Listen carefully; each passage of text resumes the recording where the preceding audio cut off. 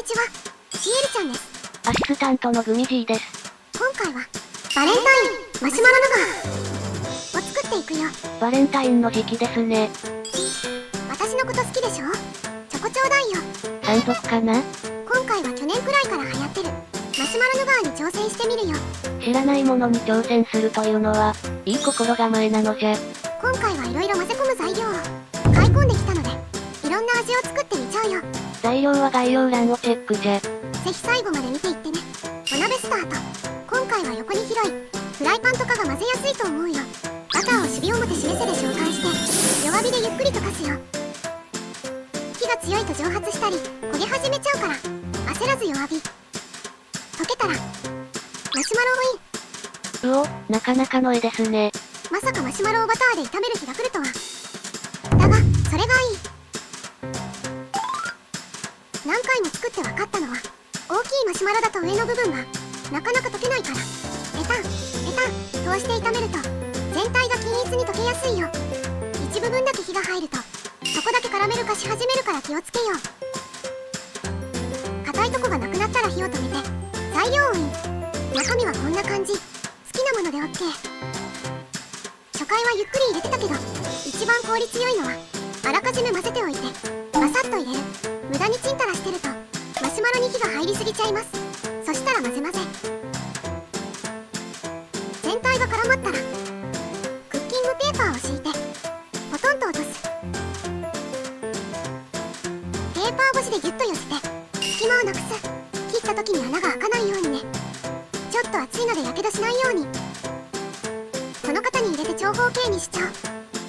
適当な四角い入れ物があるといいよ。冷めるまでは横に広がっちゃいますからね。紙が噛まないように詰めて粗熱取れたら冷蔵庫へジャンプ。次はストロベリーの味作ってくよ。バターを裏守備でセット。弱火。溶けたらマシュマロをイン。ストロベリー味の中身はこんな感じ。シスコーンのストロベリー味がね、いい仕事してるのよ。いちごの味がしっかりあるし、食感もよし、なんといってもハートで可愛い。全体が絡まったらクッキングペーパーに当ててよいしょ。もぎゅっともぎゅっと。適当な器に入れの整えの冷蔵庫行くの。さて最後はショコラ味。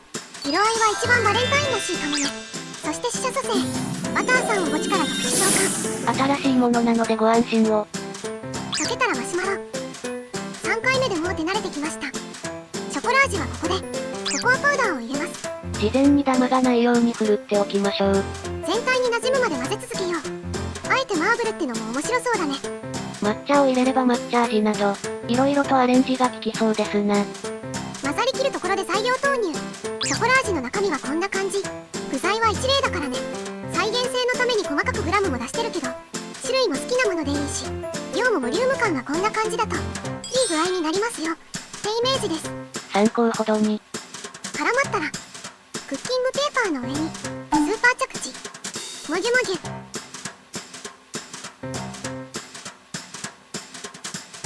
器にポン。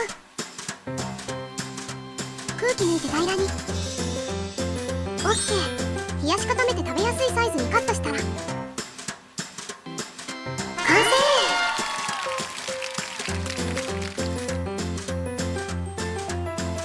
それではいただきます。おいしい。おお、こんなお味なのか。最初に食べたのはナッツ&フルーツ。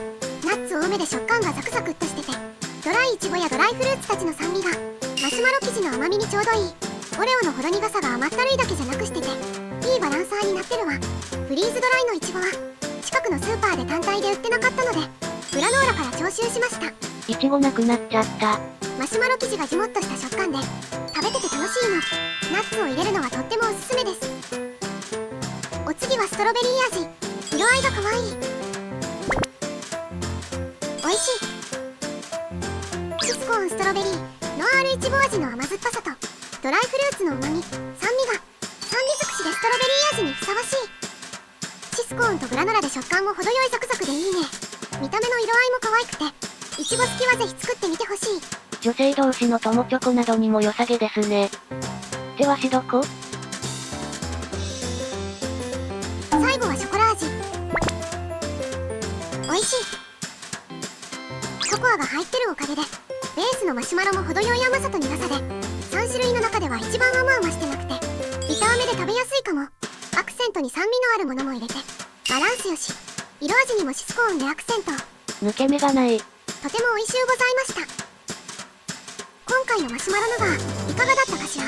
入れる具材も好きなものでいいですし、作業工程も簡単め。作るハードルが低く、普段バレンタインで手作りしない方でも、挑戦しやすいのも流行ったきっかけですかな。見た目も可愛いしね。入れるものを考えてるのも楽しいし、人からもらったら嬉しくなっちゃうお菓子ね。たくさん作りすぎて食べきれないなどの人は、無糖のコーヒーやカフェオレなどの、ホットドリンクにお砂糖代わりに入れると、面白いですし、ちょうどいいですぞ。